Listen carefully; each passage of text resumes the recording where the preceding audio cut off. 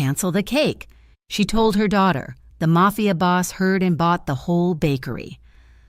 The dawn air over Harborview was thick with salt and the metallic tang of the nearby shipyards, a scent that had seeped into the very brickwork of Sweet Harbor Bakery. Lena Carver turned the key in the lock, the tumblers clicking with a sound that felt too loud in the quiet street. It was 4:30 in the morning, an hour when the rest of the world was still wrapped in blankets, dreaming of better things. Lena had not dreamed in a long time. Dreams required sleep, and sleep was a luxury she could no longer afford. She pushed the door open, shivering as the damp chill of the morning followed her inside. The bakery smelled of yesterday's yeast and vanilla, a comforting aroma that used to make her smile. Now, it just smelled like work. It smelled like the desperate hustle to turn flour and sugar into enough dollar bills to keep the lights on for one more week. Lena flicked the switch by the door, and the overhead fluorescents hummed to life, flickering twice before settling into a harsh, sterile buzz. She tied her apron around her waist, the fabric worn thin at the hips, and walked straight to the register. She did not want to do this. She wanted to start the dough for the morning rush, to lose herself in the rhythm of kneading and shaping. But the knot of anxiety in her stomach demanded she look. She pressed the button to pop the drawer. It slid open with a rattle. Lena stared at the bills. It was meager. Pathetic. Really, she counted it out loud, her voice a whisper in the empty shop. 20, 40, 60, 80, 110. She closed her eyes, leaning her forehead against the cool metal of the register. $110. That was the profit from yesterday. She needed $800 by Friday just to keep the landlord, Mr. Henderson, from pasting an eviction notice on the glass.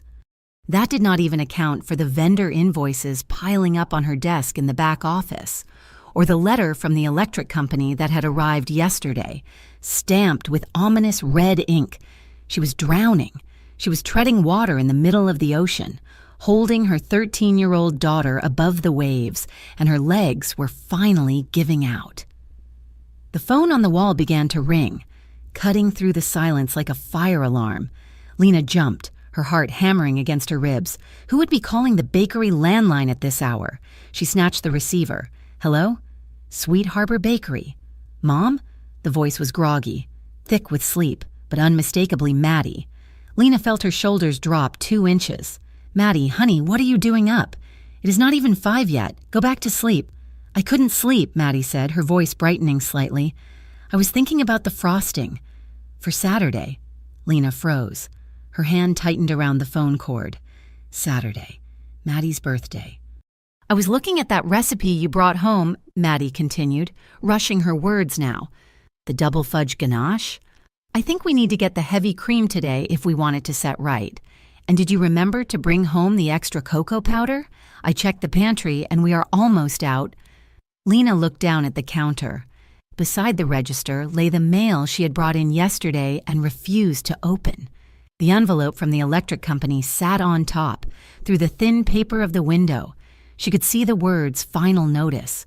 The numbers in her head rearranged themselves, the cost of the high-quality cocoa, the heavy cream, the butter, the electricity bill that had to be paid today, or the ovens would not turn on tomorrow. The silence stretched out. Mom, are you there? Lena opened her mouth, but her throat felt like it was packed with sawdust. She swallowed hard, blinking back the sudden, hot sting of tears. She could not do it. She could not be the hero this time. The math simply did not work. Honey, Lena said, her voice trembling so badly she barely recognized it. Yeah? Lena squeezed her eyes shut. A single tear escaped, tracking a cold line down her cheek. She wiped it away aggressively with the back of her hand, leaving a streak of flour on her skin from the apron. Cancel the cake. Baby. The silence on the other end of the line was deafening. It hurt more than if Maddie had screamed. What? Maddie asked, her voice small. We can't, Lena whispered, her voice breaking. We can't afford it right now. But Maddie started, then stopped. I am so sorry, sweetie. I am so sorry. We will do something else. I will make cookies. Okay? We can make cookies with what we have here. But I can't buy the ingredients for the cake. Not this week. Okay. Maddie said, The word was hollow. "Okay, Mom, it's fine. I'm going back to bed." The line clicked dead. Lena stood there, clutching the receiver, feeling like the worst mother on the face of the earth. She slowly hung up the phone. She took a breath that shuddered in her chest, wiped her face again, and turned around. She froze. She had not heard the bell above the door. She had not heard footsteps, but sitting at the small corner table near the window, shrouded in the shadows that the fluorescent lights did not quite reach, was a man. Nico Valenti. He was a fixture in the neighborhood, though Lena knew very little about him. He owned the Italian restaurant down the street, Valenti's, a place with heavy velvet curtains and cars parked out front that cost more than Lena's entire life earnings.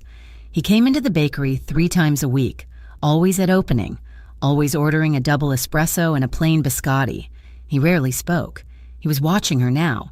He sat perfectly still, his dark suit pressed and immaculate, a stark contrast to the worn vinyl of the bakery chair. His hair was dark, swept back from a face that was handsome in a sharp, severe way. But it was his eyes that pinned her in place. They were dark, intelligent, and focused entirely on her. He had heard every word. Lena felt a flush of shame creep up her neck. She smoothed her apron, forcing a smile that felt like it might crack her face. "Mr. Valenti," she said, her voice unnaturally bright. "I am so sorry. I didn't hear you come in. The bell must be stuck again." Nico did not smile. He lifted his small espresso cup. When had he gotten that? Had he served himself while she was crying on the phone? And took a slow sip. "Good morning." "Lena," he said. His voice was low, a deep rumble that seemed to vibrate in the floorboards. "I will get your biscotti," she said, rushing toward the display case. She needed to move. She needed to do something with her hands other than wipe away tears. She grabbed the tongs, her hands shaking visibly. She clamped them around a biscotti, but her grip slipped, and the cookie tumbled onto the floor. "Damn it," she hissed under her breath. "Leave it," Nico said. Lena looked up. He had not moved, but his gaze had shifted to her hands. "I am sorry. I am just a little distracted this morning," she stammered, grabbing a fresh tissue paper and reaching for another biscotti. She placed it on a small plate and brought it to his table. She tried to set it down gently, but the china clattered against the tabletop. "I am sorry," she said again, backing away. Nico looked at the biscotti, then up at her. He did not look at the flour streak on her cheek or the red rim of her eyes. He looked straight into her pupils. "I am hungry this morning," he said. "Oh." Lena blinked. "Of course. Can I get you something else? A scone, a Danish?" "I will take 2 dozen cannoli," he said. Lena stared at him. 2 dozen and 4 loaves of the sourdough, if it is fresh, and a dozen of the blueberry scones, and the rest of that tray of biscotti. Lena's mouth fell open slightly. "Mr. Valenti, that is a lot of food. Do you have a meeting?" "No," he said simply. "Pack it up, please." She hurried back to the counter, her mind racing. That order alone was over $100. It would cover the electric bill. It would stop the lights from going out. She worked quickly, folding the white cardboard boxes, lining them with wax paper, arranging the pastries with care. She felt his eyes on her back the entire time, a heavy, physical weight. When she finished, she stacked the boxes on the counter. "That will be $112.50, she said, unable to meet his eyes. Nico stood up. He moved with a fluid, predatory grace that seemed out of place in a bakery that smelled of sugar and comfort. He reached into his jacket pocket and pulled out a money clip. He peeled off several bills and placed them on the counter. Lena looked down. There were 3 $100 bills. "Mr. Valenti, I don't have change for this," she said, panic rising again. "I just opened the register. I only have small bills." "Keep it," he said. He picked up the stack of boxes as if they weighed nothing. "Excuse me?" Lena asked, sure she had misheard. "The change," he said, turning toward the door. "Put it toward the overhead." He walked out before she could say another word. Lena stood there, staring at the 3 crisp bills on the worn laminate counter. $300. He had tipped her almost $200. She grabbed the money, her fingers trembling, and shoved it into her apron pocket as if it were contraband. She didn't have time to process the charity. She didn't have time to feel the stinging pride that wanted to run after him and throw the money back. She just needed to pay the electric company. The morning rush began 20 minutes later. It was a blur of coffee cups, bagel orders, and commuters complaining about the weather. Lena moved through it on autopilot, the adrenaline of the morning fading into a dull, throbbing headache. By 10 o'clock, the rush had died down. Lena was wiping down the glass of the display case when the bell jingled. She looked up.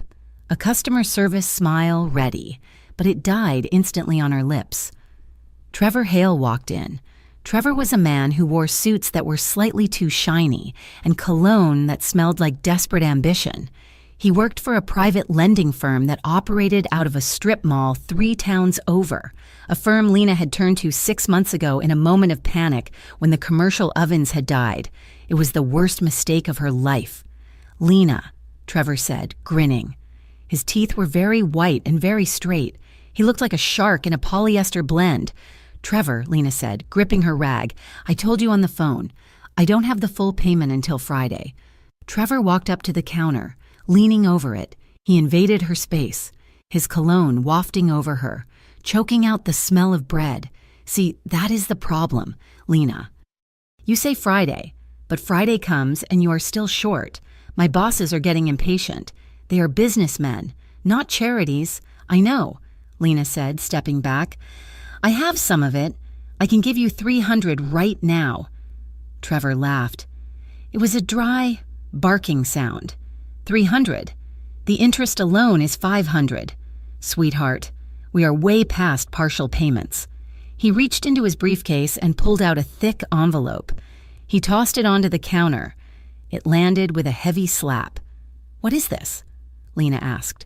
"A proposal," Trevor said. "We know things are tight. We know the landlord is looking to sell. My bosses have a buyer interested in the building, a big coffee chain. They want this spot. You sign the lease over, vacate within 30 days, and we wipe the debt clean." Lena felt the blood drain from her face. Sell? Close the bakery? This place was everything. It was the only stability Maddie had ever known. "I am not selling," Lena said, her voice shaking. Trevor sighed, dramatically. "Lena, look at yourself. You are exhausted. You are broke. You are drowning. Just let it go, before things get ugly." "Get out," Lena whispered. Trevor's smile vanished. He leaned in closer, his voice dropping. "You don't want to make this difficult. You know who my bosses talk to? People like Nico Valenti? You think you can just say no to people like that?" Lena's heart stopped at the name. Trevor reached out and shoved the envelope toward her. It hit her chest, hard. "Take the deal, Lena." The bell above the door did not jingle this time. It didn't have a chance. There was a rush of air. And suddenly, Trevor was no longer leaning over the counter. A hand had clamped onto the back of his suit jacket, bunching the fabric, and yanked him backward with terrifying force. Trevor stumbled, flailing, and spun around to face the intruder. Nico Valenti stood there. He was not holding pastries this time. His hands were empty, hanging loose at his sides, but the air around him seemed to drop 10 degrees. He looked at Trevor with an expression of utter boredom, which was somehow more terrifying than rage. "Mr. Valenti," Trevor stammered, his face draining of color. I didn't know you were here." "Clearly," Nico said. His voice was calm, smooth, and lethal. "We were just discussing business," Trevor said, adjusting his jacket, trying to regain some shred of dignity. Nico took 1 step forward. Trevor took 2 steps back, hitting the edge of a table. "You are bothering the lady," Nico said. "She owes money," Trevor said, his voice rising an octave. "It is legitimate business." Nico tilted his head slightly. "I don't care. But leave," Nico said. The word was soft, but it cracked like a whip. "Leave and do not come back. Do not touch her. Do not speak to her. If I see your car on this block again, we will have a very different conversation. Do you understand?" Trevor looked at Nico, then at Lena. He swallowed hard, his Adam's apple bobbing. He snatched the envelope off the counter. "You are making a mistake." Lena, Trevor muttered. Then he scurried past Nico, keeping his back against the wall, and practically ran out the door. The silence that followed was heavy. Lena stood behind the counter, her hands gripping the edge so hard her knuckles were white. She was trembling, a full-body shake that she couldn't control. Nico turned back to her. The ice in his eyes melted instantly, replaced by something warmer, something concerned. "Are you all right?" he asked. Lena nodded, then shook her head. Thank you. You didn't have to do that." "He's a bottom feeder," Nico said, walking toward the counter. He placed a hand on the cool laminate, not touching her, but close enough that she could feel the heat radiating from him. "Do not let men like that scare you. Lena." She looked up at him. He was dangerous. She knew that now. The way Trevor had looked at him, the way Nico had controlled the room without raising his voice. This was not just a restaurant owner, but looking at him now, seeing the soft furrow of his brow. She didn't feel fear. She felt safe. "This place is special," Nico said, his gaze drifting around the shop before settling back on her face. "You make good things here. That matters. Thank you," she whispered. His eyes lingered on hers for a second too long. The air between them felt charged, thick with unspoken words. Then he nodded once, turned, and walked out into the bright mid-morning sun. The rest of the day passed in a haze. Lena baked, she served customers, she cleaned, but her mind was constantly replaying the scene with Trevor and the way Nico had stepped in. By 8 o'clock that evening, the bakery was closed, the sign was flipped, the blinds were drawn. Lena was alone in the kitchen, mopping the tile floor. The radio was playing softly, a slow jazz tune that matched the ache in her lower back. A knock on the glass front door made her jump. She walked to the front, peering through the blinds. Nico was standing there. He wasn't wearing his suit jacket anymore, just a white dress shirt with the sleeves rolled up to his elbows, revealing forearms that were thick with muscle. She unlocked the door and opened it. "Mr. Valenti? Did you forget something? I think I left my phone." He lied. The lie was obvious. He didn't even pretend to look for it. "I saw the lights on. Thought you might need a hand closing up." "I can't ask you to do that," Lena said, though she stepped back to let him in. "You didn't ask." "I offered." He walked past her, heading straight for the stack of chairs she had not yet put up on the tables. He began lifting them, flipping them upside down and setting them on the tabletops with efficient, practiced movements. Lena watched him for a moment, bewildered. The rumored boss of the Valenti crime family was stacking chairs in her bakery. It was absurd. It was terrifying. It was the kindest thing anyone had done for her in years. She went back to the kitchen to finish cleaning the prep tables. A few minutes later, Nico joined her. He picked up a broom and started sweeping the flour that had drifted into the corners. They worked in silence. But it was a comfortable silence. It felt domestic, almost intimate, the rhythm of two people moving in a shared space. Lena grabbed a large metal tray from the drying rack at the same moment. Nico reached for it, intending to put it away. Their hands collided. Lena gasped softly. His skin was warm and rough. Her fingers brushed against his knuckles, and a jolt of awareness shot through her arm, straight to her chest. It wasn't just static. It was a pull, a magnetic snap that left her breathless. They both froze. Nico didn't pull away immediately. He looked down at their hands, then up at her face. His eyes were dark, dilated in the dim kitchen light. He was close enough that she could smell him. Espresso, expensive soap, and something distinctly masculine. I got it," Lena stammered, pulling her hand back as if she had been burned. Nico slowly lowered his hand. "Right. Of course." He stepped back, the tension in the room suddenly thick enough to choke on. He cleared his throat. "I should go." He said, "It is late." "Yes," Lena said, her voice breathless. "It is." He walked to the back door, which opened into the alley where he had likely parked. He paused with his hand on the latch. The yellow light from the display case in the front room caught his profile, illuminating the sharp line of his jaw. He didn't look back at her. He just stared at the door frame. "Lena?" "Yes?" "Does Maddie like chocolate cake?" Lena blinked. Confused by the non sequitur, She let out a weak, tired laugh. "What kid doesn't?" she said. Nico nodded. "Just once." He filed the information away, locking it into place. "Good night, Lena. Good night, Nico." He opened the door and slipped out into the night. Lena locked it behind him, leaning her forehead against the cold metal, her heart pounding a frantic rhythm against her ribs. She didn't know what had just happened, but she knew one thing for certain. Everything was about to change. The bell above the door of Sweet Harbor Bakery had stopped being a gentle announcement of a visitor and had become a constant, frantic chime. It rang when the sun was barely up, heralding dockworkers looking for coffee and crullers. It rang through the mid-morning lull, which was no longer a lull but a steady stream of well-dressed patrons who looked like they belonged in the upscale district downtown, not in the working-class grid of Harborview. Lena Carver wiped her forehead with the back of her wrist, leaving a smudge of flour on her skin. She had not sat down in 4 hours. The display case, which usually held unsold pastries until closing time, was decimated by noon. It was a miracle. It was terrifying. She grabbed a stack of receipts to tally the morning rush, her fingers moving quickly over the paper. As she sorted them, a pattern emerged that made her pause.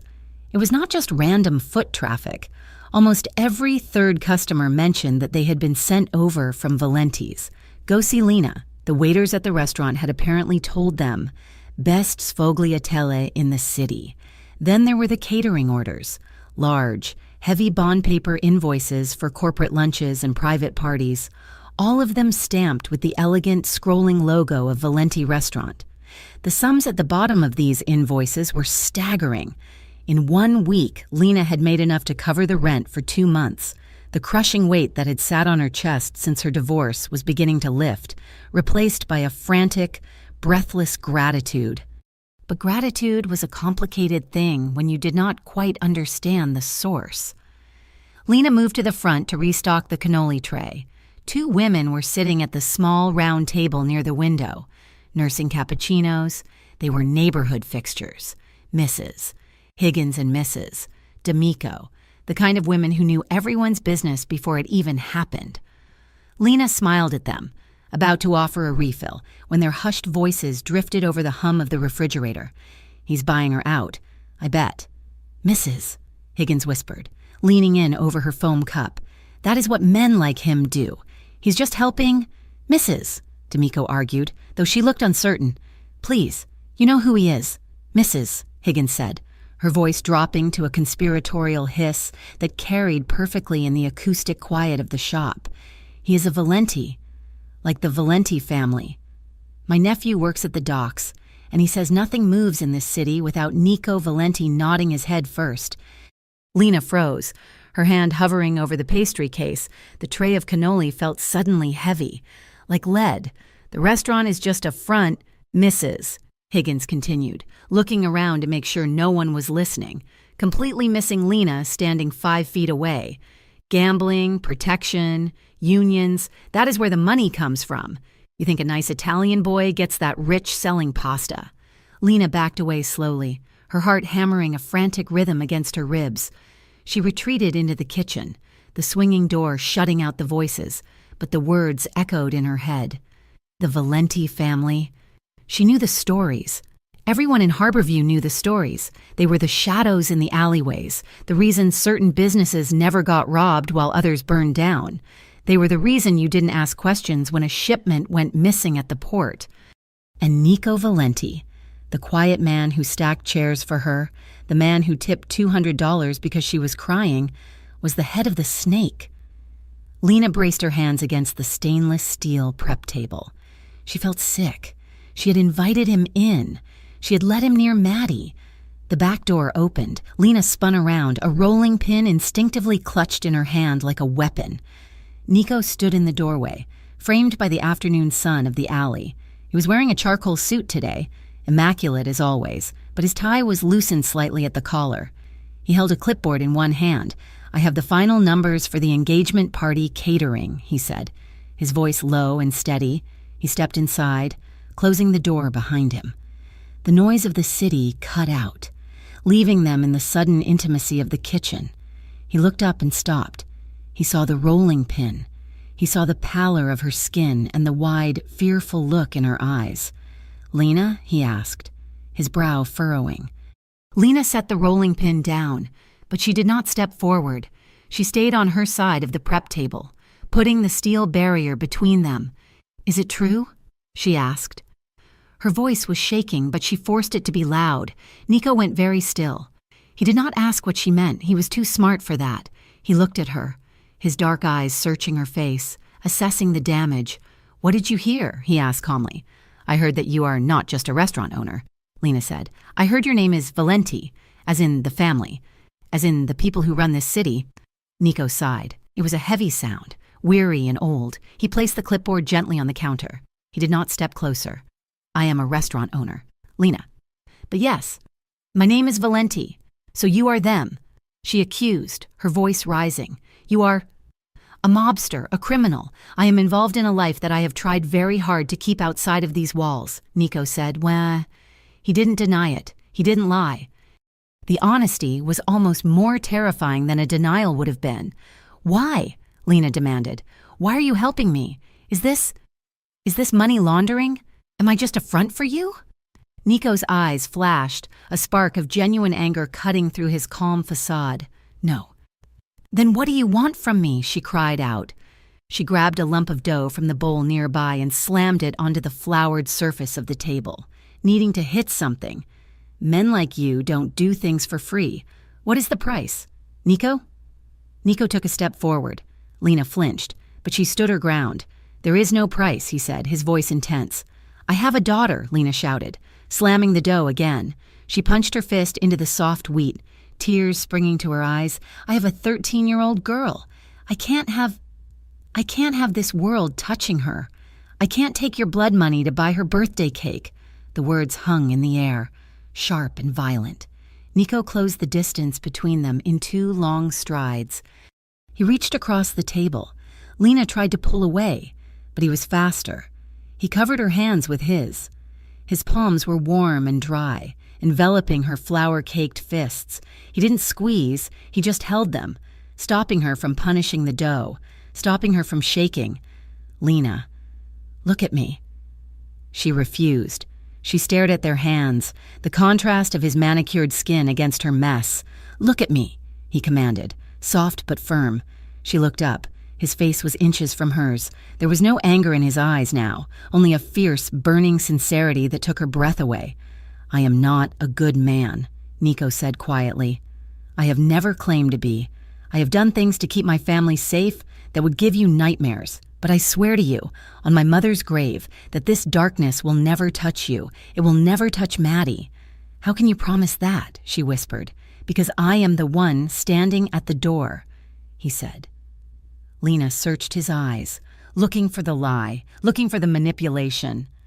She found only a raw, open intensity that frightened her for an entirely different reason. She became suddenly aware of the heat of his hands on hers, the way his thumbs were brushing mostly gently over her knuckles. She should pull away. She should tell him to take his money and his catering orders and leave, but she didn't. "I don't want your charity," she said weakly, though the fight was draining out of her. "It is not charity," Nico said. "The bakery is good. You are good. I am just making sure the rest of the world sees it." He slowly pulled his hands back. Lena felt the loss of contact like a physical chill. "Let me help you. Lena, on your terms, if you want me to stop sending orders, I will stop. If you want me to never walk through that door again, say the word, and I will vanish." He waited.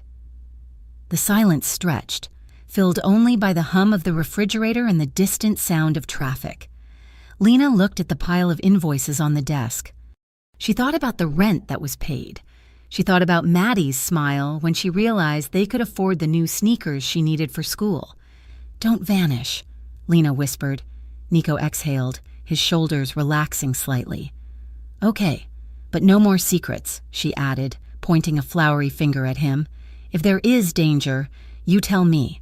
I will," he promised.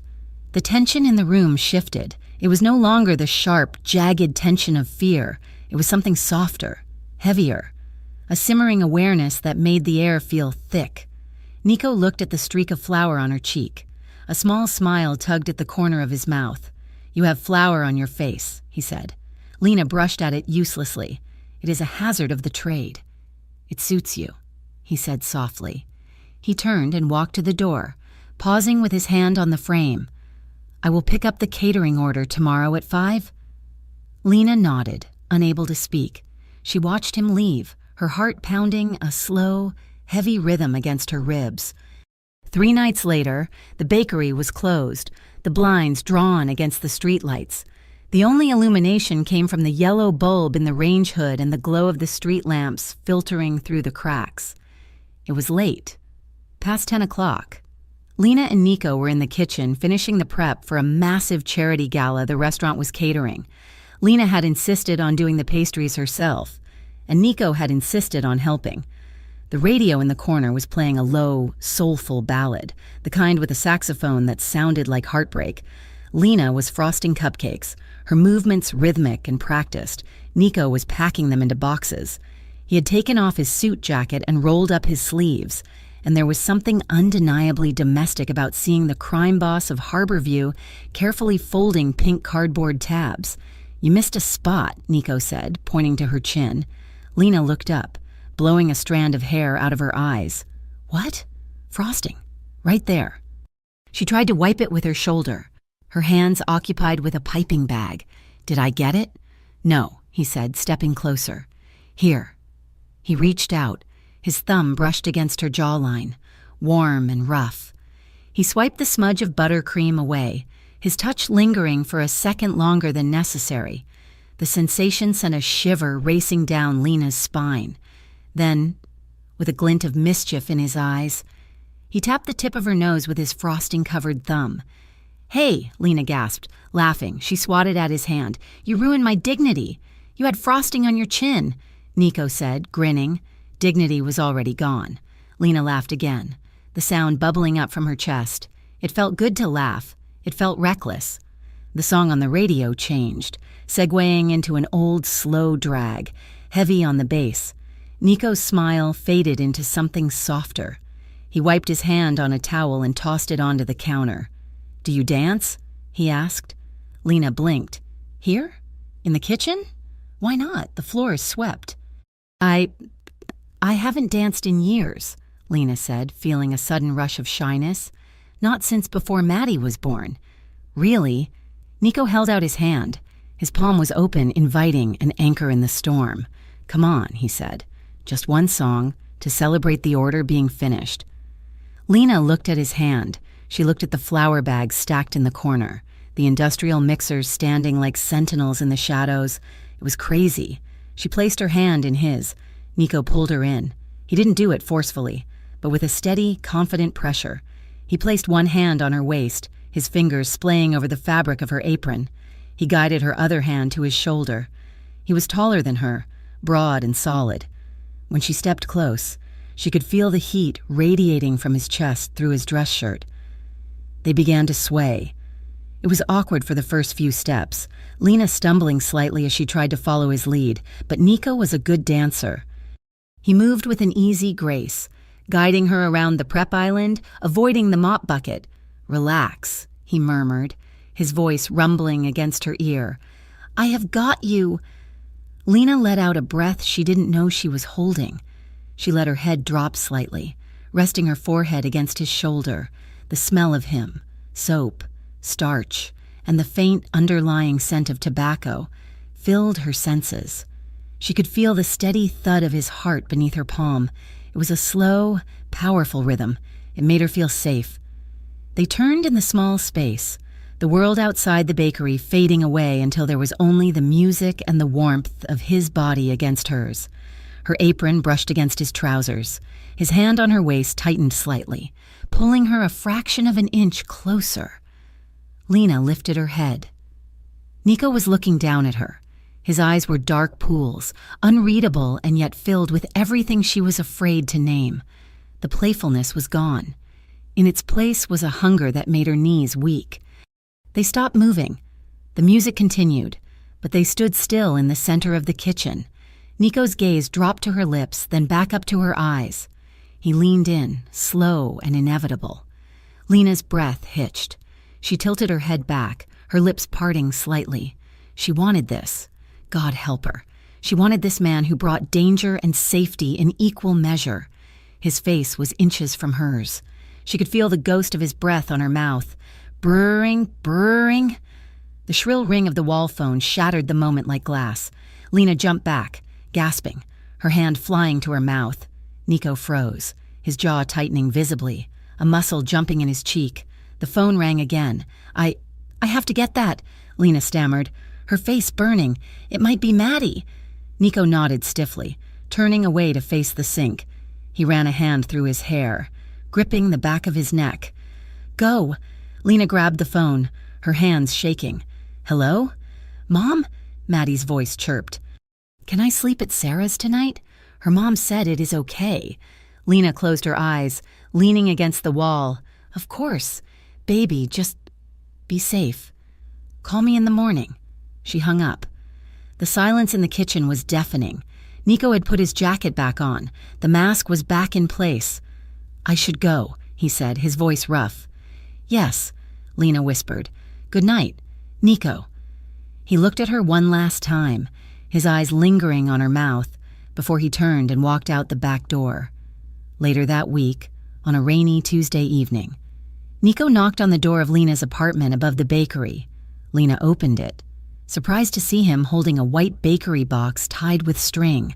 "I had leftovers from the restaurant service," he said, holding up the box. "Tiramisu. I remembered you said Maddie had a sweet tooth." Lena smiled, stepping aside. "You are going to spoil her rotten." Maddie looked up from the small kitchen table where she was doing homework. "Is that tiramisu?" Nico walked in, the apartment suddenly feeling very small with his presence. "It is the best in the city. Kid, but don't tell your mom I said that." Maddie grinned. "Your secret is safe with me." For the next hour. The three of them sat around the tiny, scratched formica table. They ate the dessert straight from the box with plastic forks. Nico was charming, funny, and surprisingly gentle. He asked Maddie about school, about her friends, treating her with a serious respect that most adults never bothered with. He didn't talk down to her. Maddie was captivated. She laughed at his dry jokes, her eyes bright. Lena watched them, a lump forming in her throat.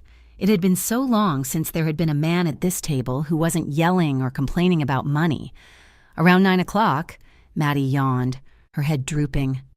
"Bedtime," Lena announced. "Ah, Mom." Maddie groaned, but she stood up. "Thanks for the cake. Nico, it was awesome." "Anytime." "Maddie," Nico said, smiling warmly. Maddie trudged to the small living room and flopped onto the sofa, pulling an Afghan over herself. Within minutes, her breathing evened out into deep sleep. Lena and Nico moved to the living room, sitting on the two mismatched armchairs that faced the television. The volume was off, the room lit only by the street lamp outside the window. They sat in silence for a while, watching Maddie sleep. "She's a great kid," Nico said softly. "She is everything," Lena replied. She curled her legs under her, clutching a throw pillow. "You are doing a good job." Lena looked down at her hands. "Sometimes I feel like I am failing. The bakery, the bills, the divorce. It took so much out of us." Nico shifted in his chair, turning his body toward her. "Keith." "He wasn't kind?" Nico asked. He knew the answer, but he asked anyway. "He was absent," Lena said, staring at the rug. "Even when he was here. He wasn't here. I spent 10 years feeling like I was screaming in an empty room. And since he left, it has just been quiet." She looked up at him, her eyes shining with unshed tears. "It is just hard, being the only one holding up the sky." Nico stood up. He moved silently across the small space between their chairs and sat on the edge of the coffee table, directly in front of her. He was close enough that his knees brushed hers. "You're not holding it alone anymore," he said. Lena looked at him. The shadows played across his face, softening the sharp angles. Nico reached out. His hand hovered for a moment before his fingers brushed lightly over her knuckles, which were white from gripping the pillow. "I have got you," he whispered. He leaned in. Lena's breath caught in her throat. She thought he was going to kiss her lips again, and part of her surged forward to meet him, but he didn't. Instead, he leaned forward and pressed his lips to her forehead. It was a slow, deliberate pressure. It wasn't the hungry, stolen moment in the kitchen. It was something far more dangerous. It was a promise. It was a seal of protection. Lena closed her eyes, the air leaving her lungs in a shaky sigh. She felt the warmth of his mouth on her skin, the solid presence of him shielding her from the empty room. He pulled back slowly, his eyes locking onto hers. "Get some sleep." "Lena," he said softly. He stood up and walked to the door, letting himself out into the rainy night. Lena sat there for a long time, touching her forehead, feeling the phantom warmth of a kiss that had shaken her more than any passion ever could. The Tuesday afternoon lull was usually Lena's favorite time of day.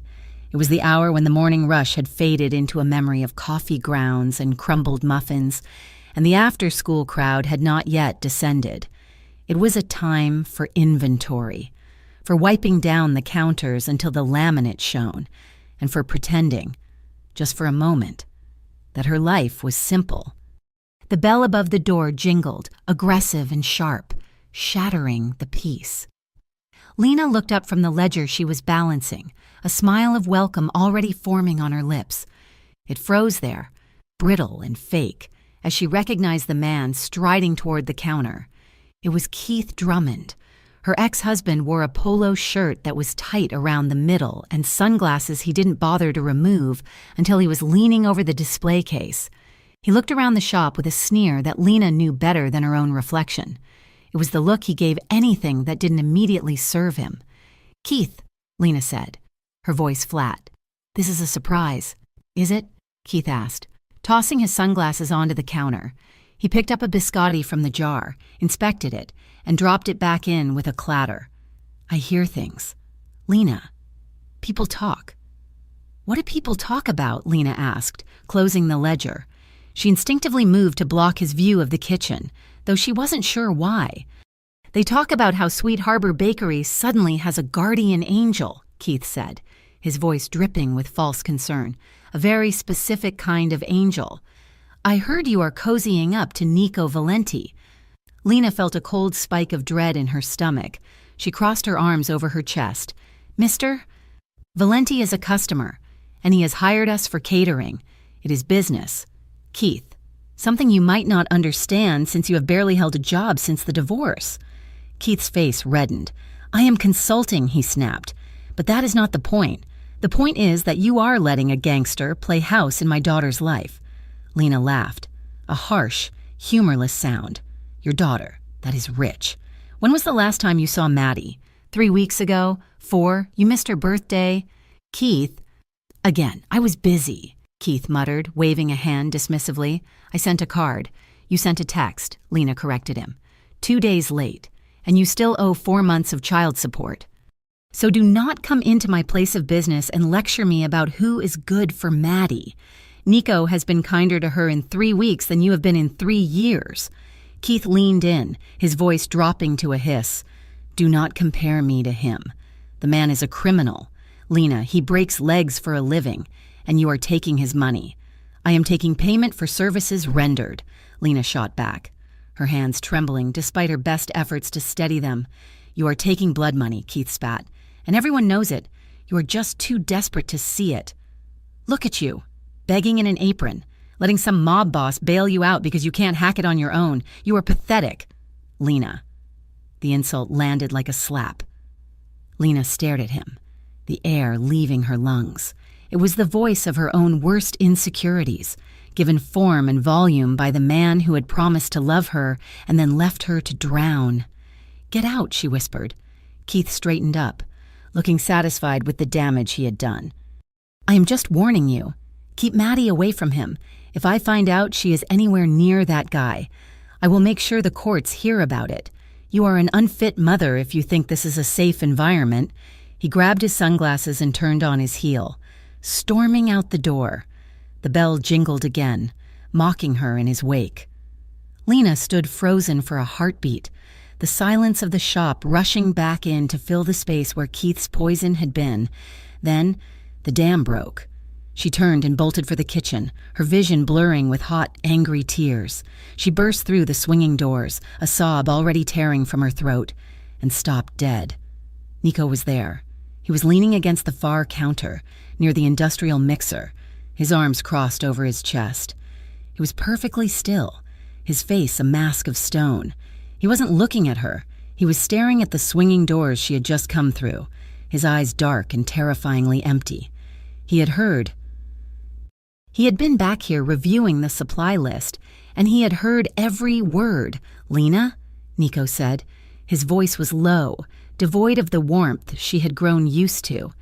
It was the voice of the man who made people disappear. Lena wiped her face frantically with her apron. Humiliated. "I'm sorry. I didn't know you were still here. Please ignore that.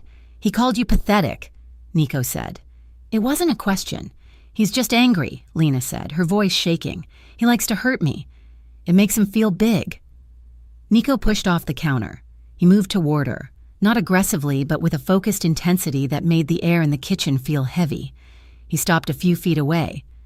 "Is he right?" Nico asked softly. "About the child support? About the birthday?" Lena looked down at her flour-dusted shoes. "Yes, he forgets. He always forgets. And he never pays." Nico didn't say anything. He just breathed out, a long, controlled exhalation through his nose. His hands, hanging by his sides, curled into fists and then slowly uncurled. "He will not bother you again today," Nico said. Lena looked up, alarm cutting through her misery. "Nico, no, you can't. He's still Maddie's father. If you touch him, if you do anything, he will use it." He said he would go to the courts. Nico's jaw tightened. "He threatened to take her away?" "Yes," Lena whispered. "He said I am providing an unsafe environment because of you." A shadow passed over Nico's face. It was a look of profound guilt, mixed with a dangerous resolve. He looked away, staring at the rows of cooling racks. "He is not wrong." "Lena," Nico said roughly, "I am not safe. He's wrong about the rest," Lena said fiercely, surprised by her own defense of him. "You are not the one hurting us. He is—" Nico looked back at her. His eyes searched her face, looking for the lie when he didn't find one. His shoulders dropped an inch. "I need to make a call," he said. He turned and walked out the back door into the alley. Lena watched him go, feeling a strange, aching mixture of fear and relief. She was terrified of what he might do, but for the first time in years, she didn't feel like she was fighting the world alone. The days that followed were a war of nerves. Keith didn't return to the shop, but he didn't disappear. He became a ghost in her pocket, vibrating her phone with a relentless stream of messages. Wednesday, 3 o'clock. "My lawyer says your association with a known felon is grounds for immediate custody review." Thursday, 9 in the morning. "I hope you are happy exposing our daughter to that life." Friday, late at night. "Unsafe environment." Remember that phrase? Lena. Every time her phone buzzed, Lena jumped. She stopped sleeping. She lay awake in the small apartment above the bakery, listening to the street noises, imagining police sirens coming to take Maddie away. Nico was a constant presence, but he kept his distance. He sat at his usual table in the mornings. He checked in on the catering orders in the afternoons, but he didn't touch her. He didn't offer to dance. He seemed to be holding himself apart, as if his proximity was a radioactive force he was trying to contain.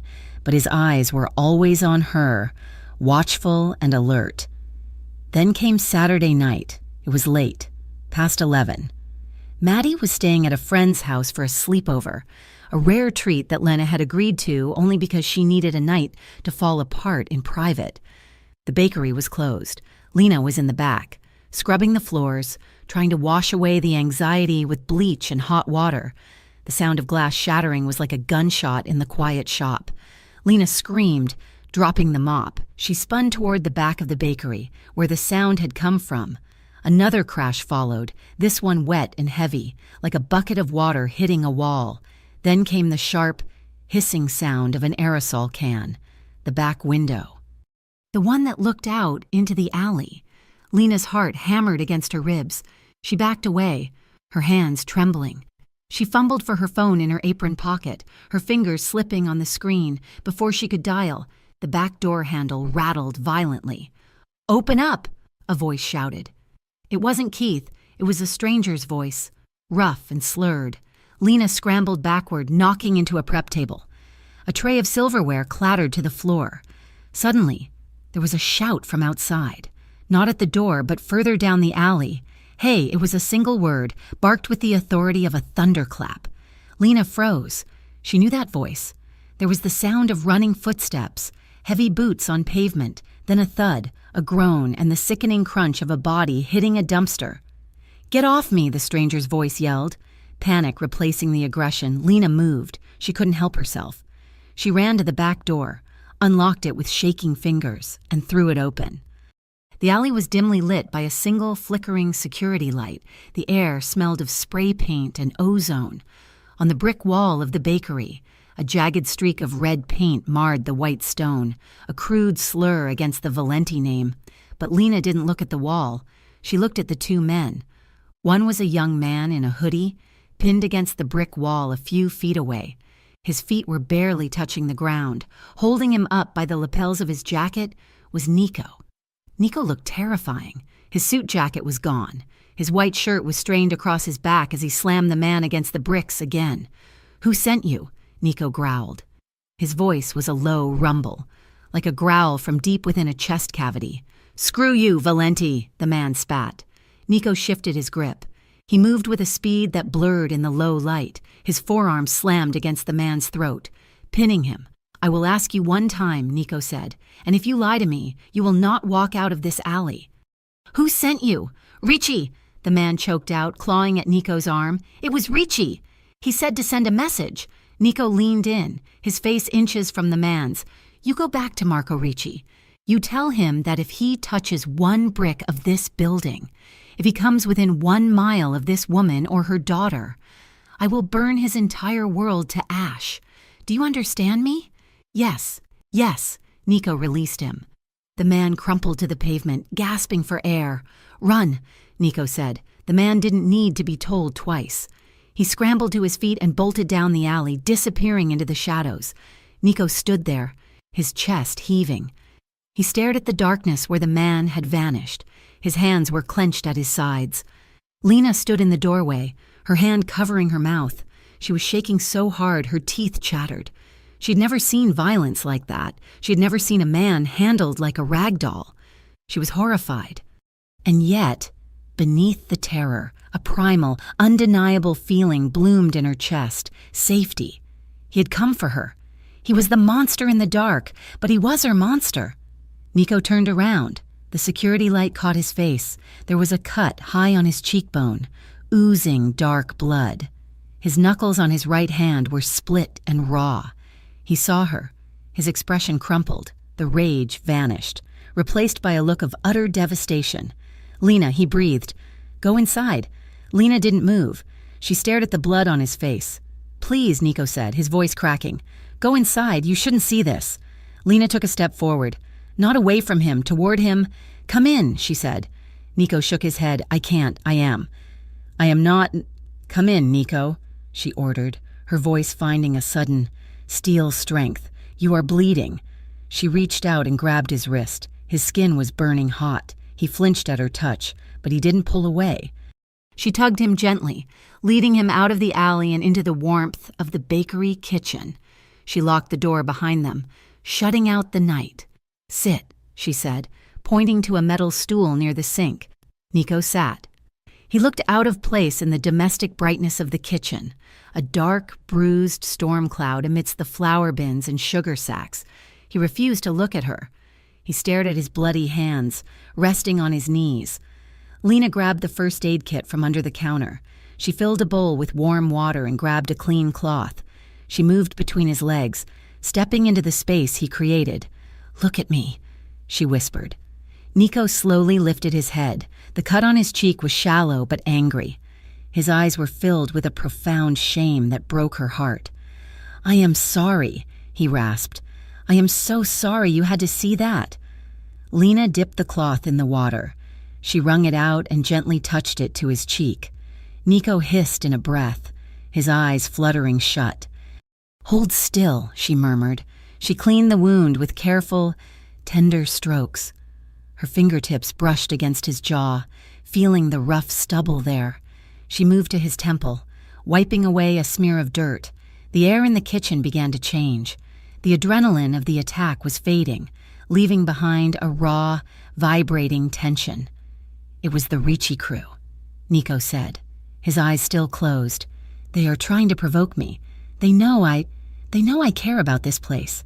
They know you care about the bakery," Lena asked softly, moving to his hand. She took his bruised knuckles in her palm, dabbing at the split skin. Nico opened his eyes. They were dark, intense, and focused entirely on her mouth. "They know I care about you," he said. Lena's hand stilled. She looked up, meeting his gaze. The world narrowed down to the space between them. The hum of the refrigerator faded. The smell of bleach and sugar vanished. There was only him. "I am dangerous." "Lena," Nico whispered. "Keith was right. I bring this to your door." "You stopped it," Lena said. "You were there. I am the reason they came." "I don't care," Lena said. The words surprised her, but they rang with truth. "I don't care why they came. I care that you stood between them and me. No one has ever done that for me. Nico, no one." Nico let out a ragged breath. "I would burn the city down to keep you safe. You know that, don't you?" Lena's chest tightened. It was a terrifying promise. It was the most beautiful thing she had ever heard. She was torn. Her mind was screaming that this was madness, that he was a criminal, that this path led only to ruin. But her heart, her lonely, battered heart, was singing. She dropped the cloth into the bowl. She didn't think. She couldn't think anymore. She leaned forward. Nico went still as she moved into his space. She placed her hands on his shoulders, feeling the hard muscle beneath the fine wool of his shirt. She tilted her head. She kissed him. It was fast at first, a frantic pressing of lips born of fear and adrenaline. She tasted salt and the metallic tang of blood. Nico made a noise in his throat, a low groan of surrender. He didn't pull away. Then the kiss changed. Lena slowed down. She slid her hands up his chest, feeling the heavy thud of his heart against her palms. Her fingers curled into the hair at the nape of his neck. She deepened the kiss, opening to him, demanding more. Nico responded with a careful, restrained intensity that shattered her. He brought one hand up to her waist, his large palm settling there, scorching her through her apron.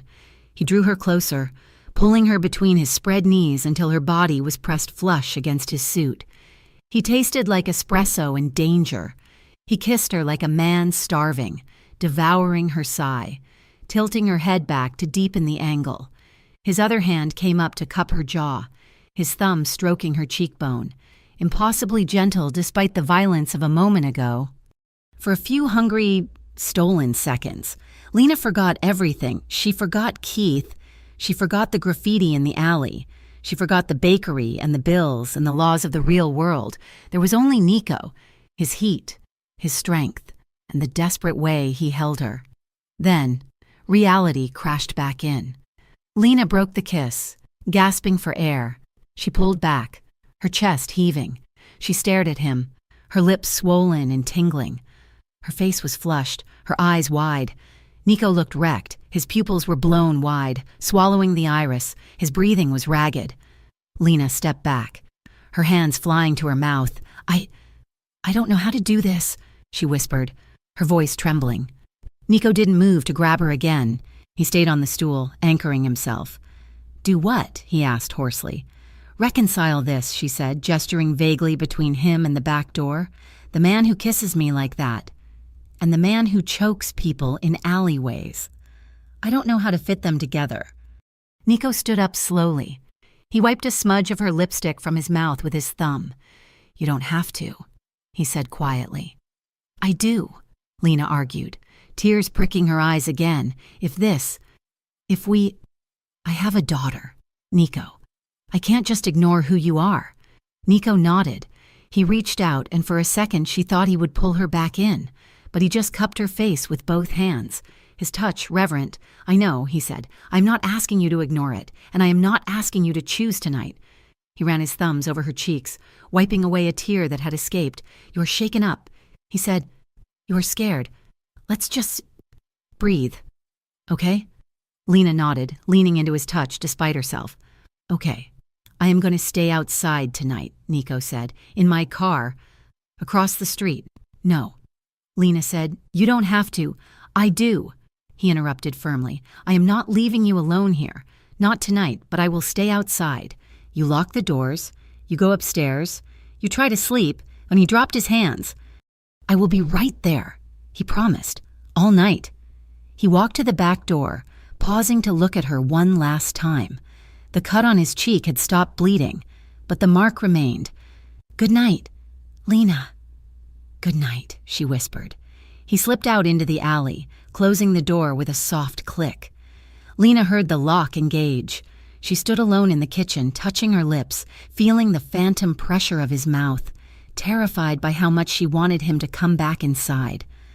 The seasons in Harborview changed not with the turning of leaves, but with the shifting of the wind off the Atlantic.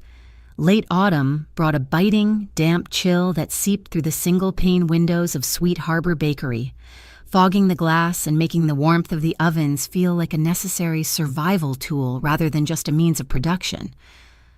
But lately, the chill inside the shop had nothing to do with the weather. It started with the suits. They were not the sharp, Italian-cut suits that Nico Valenti and his associates wore. These were off-the-rack government gray, worn by men with haircuts that were too neat and eyes that were too watchful. They didn't come in groups. They came one by one, ordering black coffee, sitting for 40 minutes, and watching the street. The most persistent among them was a man who introduced himself as Agent Morales. Morales came in on a Tuesday morning, right in the middle of the lull between the commuter rush and the lunch crowd. He was a compact man with a pleasant, forgettable face, the kind that blended perfectly into a crowd. He ordered a medium drip coffee and a bran muffin, paid with exact change, and leaned against the counter instead of taking a table. "Business seems good," Morales remarked, taking a sip of the steaming coffee. "It pays the bills," Lena replied, keeping her tone light as she wiped down the espresso machine. She could feel his eyes on her, assessing, calculating. "I see you have some high-profile regulars," Morales said. He gestured vaguely toward the front window, where one of Nico's associates was currently idling in a black sedan, ostensibly reading a newspaper but clearly watching the bakery entrance. "We get all kinds," Lena said.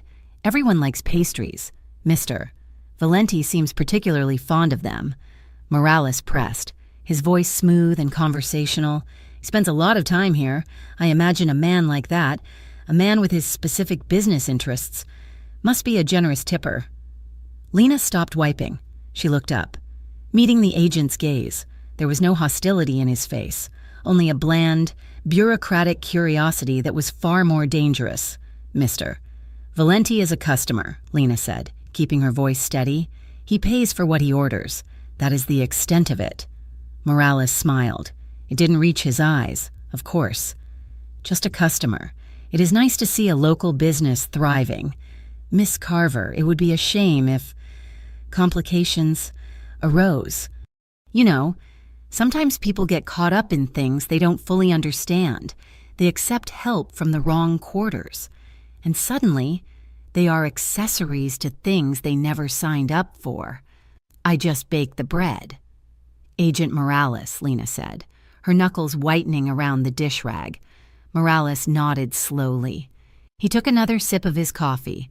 "If you ever feel like the bread is getting a little too hot to handle, here is my card. We can help people who want to get out from under a heavy thumb." He slid a plain white business card across the laminate counter. Lena stared at it. It felt like a threat. It felt like a lifeline. Morales walked out, the bell jingling cheerfully behind him. Lena stared at the black sedan across the street. She felt trapped in a vice, squeezed between the law that looked at her like a criminal accomplice and the criminal who looked at her like she was the only pure thing in the world. The pressure mounted as the week wore on.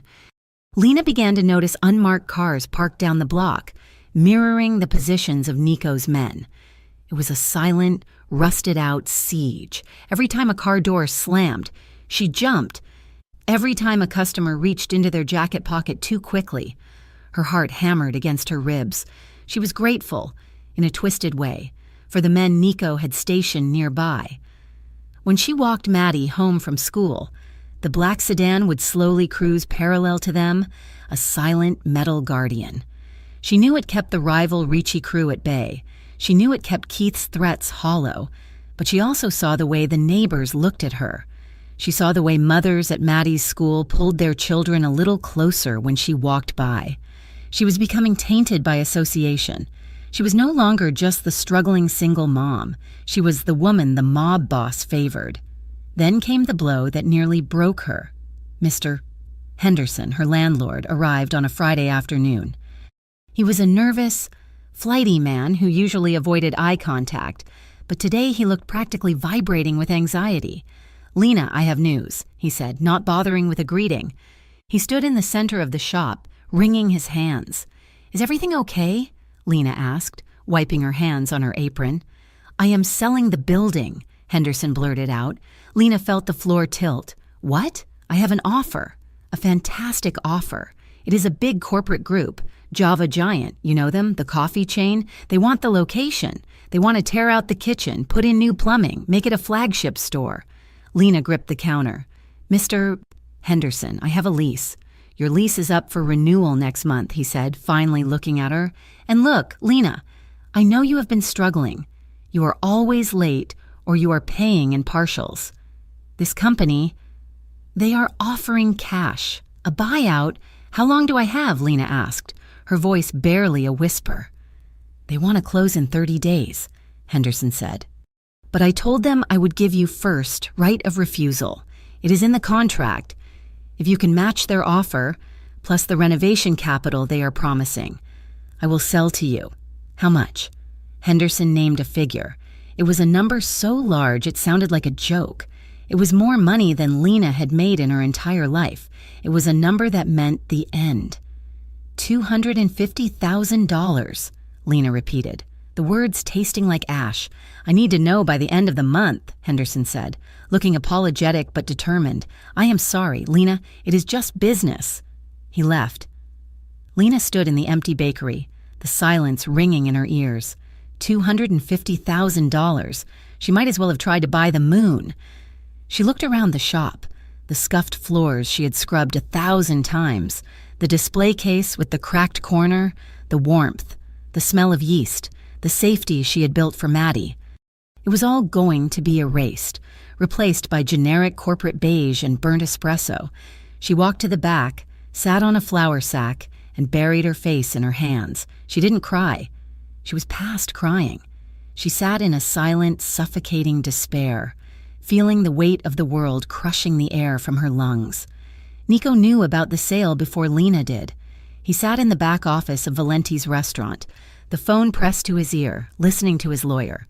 "Marcus, the deal is moving fast." Marcus said, "Henderson is desperate to unload the property. Java Giant is pushing hard. They want the location for the foot traffic."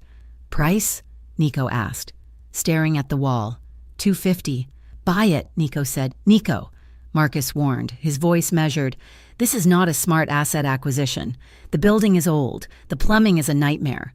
And with the feds sniffing around the books, moving that kind of liquid cash for a bakery is going to raise flags. Big red ones." "I don't care about the flags," Nico said, his voice dropping to a low, dangerous rumble. "Buy the building.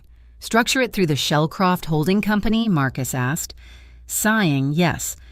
Keep my name off it. Just get it done. Today." Nico hung up. He leaned back in his leather chair, rubbing his temples. He knew he should tell her. He knew he should walk down the street and explain what he was doing. But he remembered the look on her face when he had paid the electric bill, the pride, the fierce, stubborn need to stand on her own 2 feet. If he told her he was buying the building, she would see it as another handout. She would see it as him buying her. He would tell her later, once the deed was safe, once the threat of eviction was gone. He would frame it as a business investment, a partnership. He would make her see that she was still the owner of her destiny. just with a different landlord. It was a calculation. And like many calculations made by men used to wielding absolute power, it failed to account for the variable of human heart. The following Tuesday was a disaster from start to finish.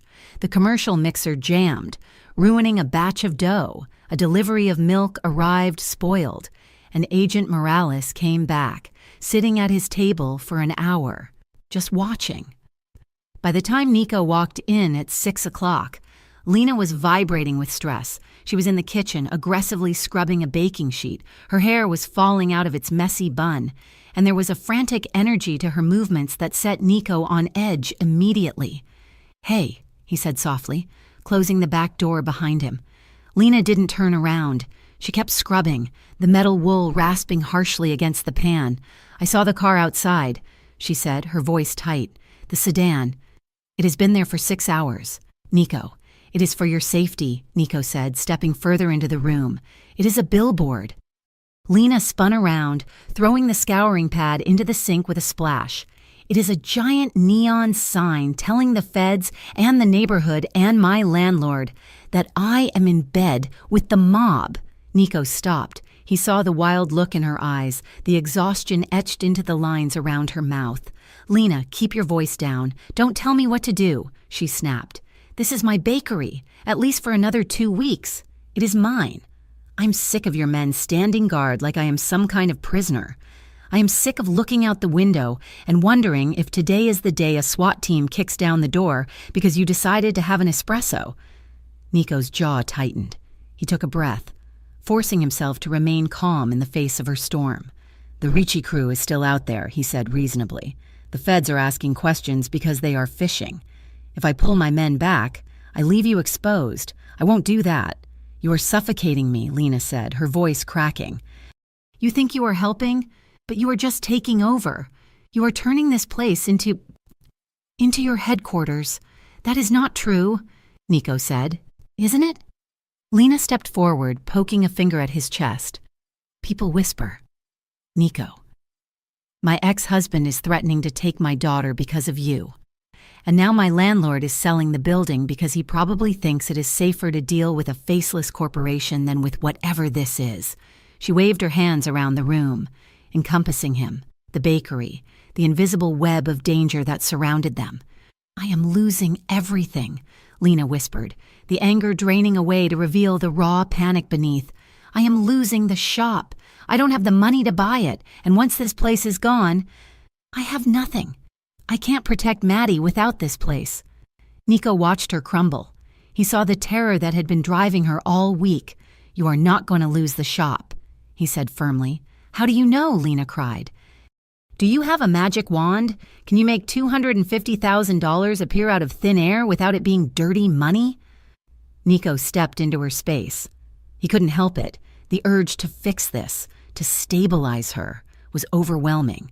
"Lena, stop. I can't stop. I have to pack. I have to figure out where we are going to live. I have to—" He grabbed her wrist. It wasn't a rough grab. His fingers wrapped around her forearm, firm and grounding, halting her frantic pacing. He pulled her toward him. Lena stumbled a step, colliding with his chest. She looked up, gasping, her eyes wide and wet with tears. "Nico, let go," she breathed. "No," he said. "Listen to me. You are spinning out. You are terrified. I get it. But you need to trust me." "Trust you?" Lena laughed. "A broken sound. I don't even know you. I know the man who tips well. I know the man who beats people up in alleyways. I don't know which one is holding me right now. The one holding you is the one who would die before he let you lose a single thing," Nico said fiercely. They were close. Too close. Their chests brushed with every heavy breath. The air in the kitchen grew thick, charged with the electricity of their argument and the undeniable pull that always simmered between them. Lena stared at him, her lips parted. The anger in her eyes was melting into confusion, into a desperate need to believe him. "Why?" she whispered. "Why do you care this much?" "It is just a bakery." "It is not just a bakery," Nico murmured. "It is the only place in this city where I feel clean." He looked at her mouth. He wanted to kiss her. He wanted to kiss the fear away, to claim her so thoroughly that she would forget about landlords and federal agents. His pocket buzzed. The sound broke the spell. Nico didn't let go of her wrist, but he glanced down. It was the signal. 2 buzzes. The deal was closed. The papers were signed. He looked back at Lena. He made a choice. He decided to end her pain right now. "You don't have to pack," he said. "What? You don't have to move. You don't have to worry about the lease." "Nico, what are you talking about? I bought it," he said. The words hung in the flour-dusted air. Lena went very still. Her arm went rigid in his grasp. "You... what?" "I bought the building," Nico said, searching her face for relief. He expected to see the tension snap, the gratitude flood in. "I bought it this afternoon. The shell company closed the deal 10 minutes ago. Henderson is out. Java Giant is out. I own the deed. You can stay as long as you want. Rent-free, forever." He smiled. "A small, tentative thing. I fixed it. Lena." Lena stared at him. She didn't smile. The color drained from her face, leaving her as pale as the flour on the counters. She looked at his hand on her wrist, then up at his face, with an expression of dawning horror. "You bought it," she repeated hollowly. "Yes. So you own it." "Yes. You own the walls." "You own the roof. You own the kitchen. I did it for you," Nico said, the smile faltering. "To save the shop." "You didn't save it," Lena whispered. She yanked her arm back. This time, he let her go. "You bought it. You bought me." Nico stepped back, confused. "Lena, no, it is not like that. It is protection. It is control," she shouted. Her voice echoed off the tile walls. "Do you not see that? I wanted to save this place. Me. I wanted to do it with my work, with my hands, and you reached into your pocket and bought my entire life like it was a cheap cannoli." "It was not cheap," Nico snapped, his own temper flaring at her rejection. "And you were drowning. Lena, you were about to be on the street. So you made me a kept woman?" Lena cried. "You made me completely dependent on you? What happens when you get angry? Nico, what happens when I don't do what you want? Do you evict me? Do you hold this over my head?" "I would never do that," Nico said, appalled. "You say that now. But you own me now. Every time I turn on the oven, I have to thank Nico Valenti. Every time I unlock the door, it is Nico Valenti's door. You took the one thing that was mine, the one thing I was fighting for, and you put your name on it." She reached behind her neck and untied her apron. She ripped it off over her head. Her movements jerky and violent. She threw it onto the counter between them. It landed with a soft slap, a white flag of surrender that felt like a declaration of war. "I am not one of your assets," she spat, tears finally spilling over her cheeks. Nico stood there, stunned. He felt as though she had reached into his chest and squeezed his heart until it stopped. He had expected relief. He had expected a hug. He had not expected this visceral, terrified feeling of violation from her. He looked at the apron on the counter. He looked at her tear-streaked face. He realized, with a sinking feeling, that he had looked at the problem like a mob boss, not like a partner. He had solved the logistics and destroyed the dignity. "I didn't do it to own you," he said, his voice quiet and rough. "Then why?" Lena demanded, wrapping her arms around herself as if she were cold. "Why would you spend that kind of money on a failing bakery?" "Because I heard you," Nico said. Lena blinked, hiccuping a sob. "What?" "That first morning," Nico said, staring at her. "When I was sitting at the table, I heard you on the phone with Maddie." Lena froze. "I heard you tell her to cancel the cake," Nico said. His voice broke slightly on the word. "I heard the sound in your voice. It wasn't just sadness. It was defeat. It was the sound of someone who has run out of options." He took a step closer, but he didn't touch her. He kept his hands at his sides, open and empty. "I remember that sound. Lena. I heard it in my mother's voice when I was a kid, when the rent was due and the cupboards were empty. I swore. I swore that if I ever had the power, I would never let anyone I care about make that sound again." He looked at her, his dark eyes shimmering with a rare, unguarded vulnerability. "I didn't buy the building to control you. I bought it because I couldn't stand the thought of you ever having to cancel another cake. I bought it so you could breathe." Lena stared at him. Her chest heaved. The anger was still there, but it was cracking, fissures opening up to reveal the confused, aching heart beneath. She saw the boy he had been, hiding inside the suit of the man he had become, but it was too much. The breach of trust, the secrecy, the overwhelming magnitude of his intervention, it was too much to process in a kitchen that suddenly felt too small for the both of them. "You should have asked me," she whispered. "You should have told me." "I know," Nico said. "I know that now." He waited. He waited for her to step forward. He waited for her to forgive him, but she didn't move. She stood there, hugging herself, looking at him like he was a stranger who had just broken into her house to leave a gift she didn't know how to accept. "I need—" Lena started, then stopped. "I need you to go." Nico flinched. It was a microscopic movement, but it was there. He nodded slowly. "Okay, I need space. Nico, I can't look at you right now and not feel like I've been tricked. I understand," he said. He reached into his jacket pocket. He pulled out a key. It was the master key to the building, which the lawyer had messengered to him earlier that day. He placed it gently on the counter, right next to her crumpled apron. "It is your building. Lena, the deed is in a trust. You are the sole beneficiary. I don't own it. You do." He turned and walked to the back door. His shoulders were stiff, his posture rigid, like a man holding himself together by sheer force of will. He opened the door. The cool night air rushed in. "I will call off the men," he said without looking back. "You won't see me for a while." He stepped out and closed the door. Lena stood in the silence. She looked at the key on the counter. It glinted under the fluorescent lights. It was the answer to all her prayers. It was the guarantee of her daughter's future. And it broke her heart. She sank to the floor, pulling her knees to her chest. She was alone. The bakery was saved. The danger was gone. But as she sat there among the cooling racks, listening to the hum of the refrigerator that she now effectively owned, she realized she had pushed away the only person who had ever truly tried to save her. She buried her face in her knees and wept, the sound echoing in the empty, safe, lonely room. The silence of the street outside Sweet Harbor Bakery was heavy, a physical weight that pressed against the glass. For weeks, Lena had grown used to the presence of the black sedan parked across the street, the silent sentinel that signaled Nico Valenti was watching over them. Now, the curb was empty.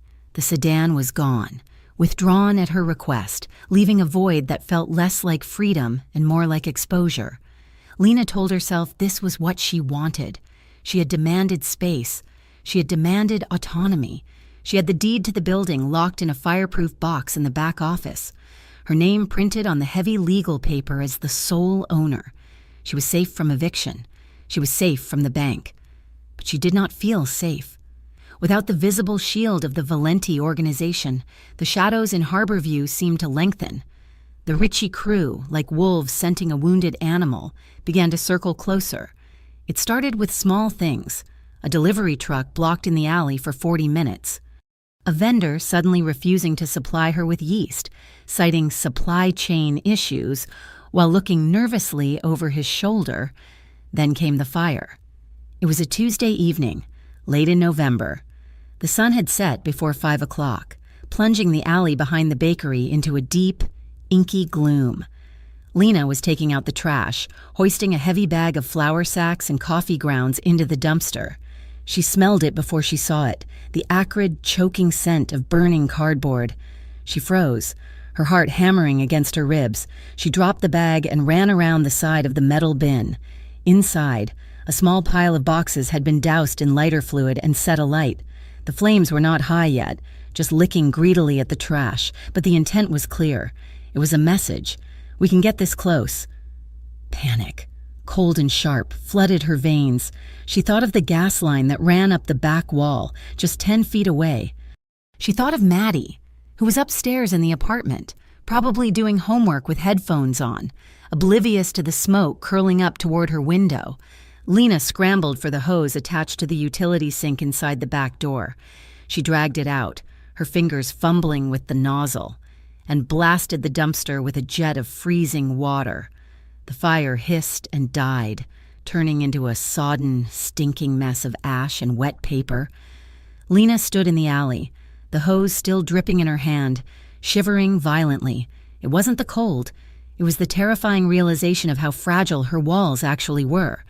She went inside and locked the heavy steel door, sliding the deadbolt home with a clang that echoed in the empty kitchen.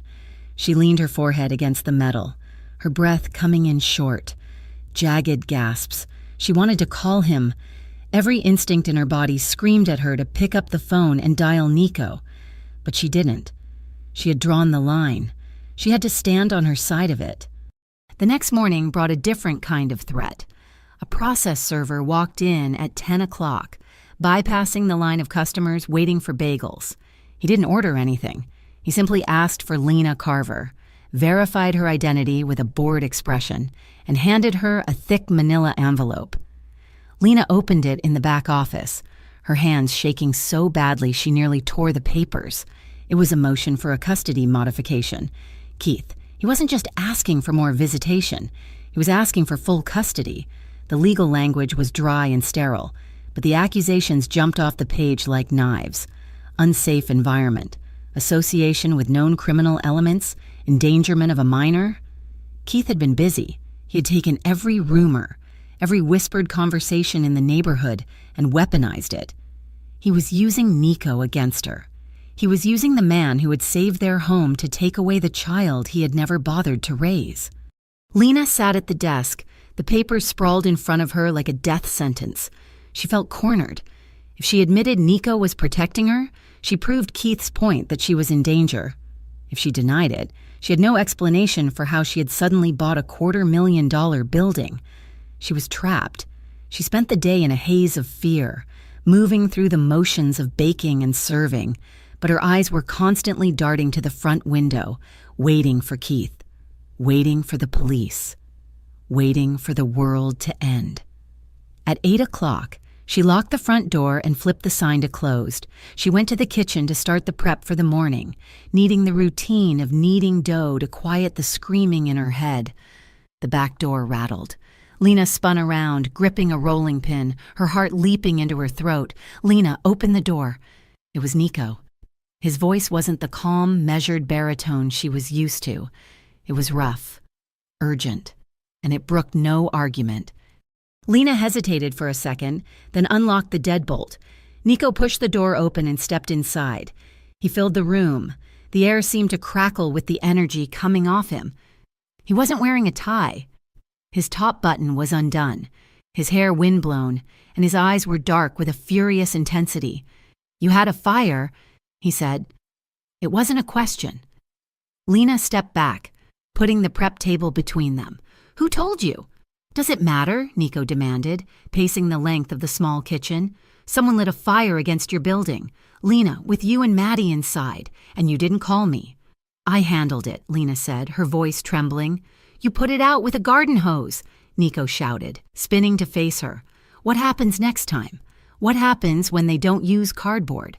What happens when they use a Molotov cocktail through the front window?" "Lower your voice," Lena hissed. "Maddie is upstairs."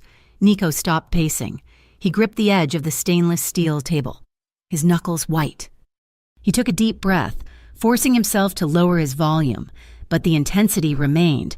"The Richies are escalating," he said, his voice a low growl. "They know I stepped back.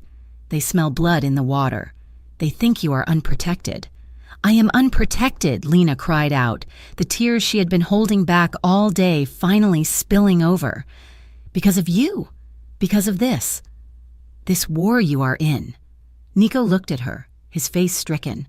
"I know, Keith served me papers today." Lena confessed, the words tumbling out in a rush. "He's trying to take Maddie. He says I'm endangering her. He says I'm mixed up with the mob." Nico went very still. He closed his eyes for a moment, a look of profound pain crossing his features. "I told you," Lena whispered. "I told you this would happen." Nico opened his eyes. He looked at her across the expanse of flour-dusted metal. "I can fix the legal thing," he said quietly. "I have lawyers who can bury Keith in paper for a decade. But I can't fix the danger if you don't let me."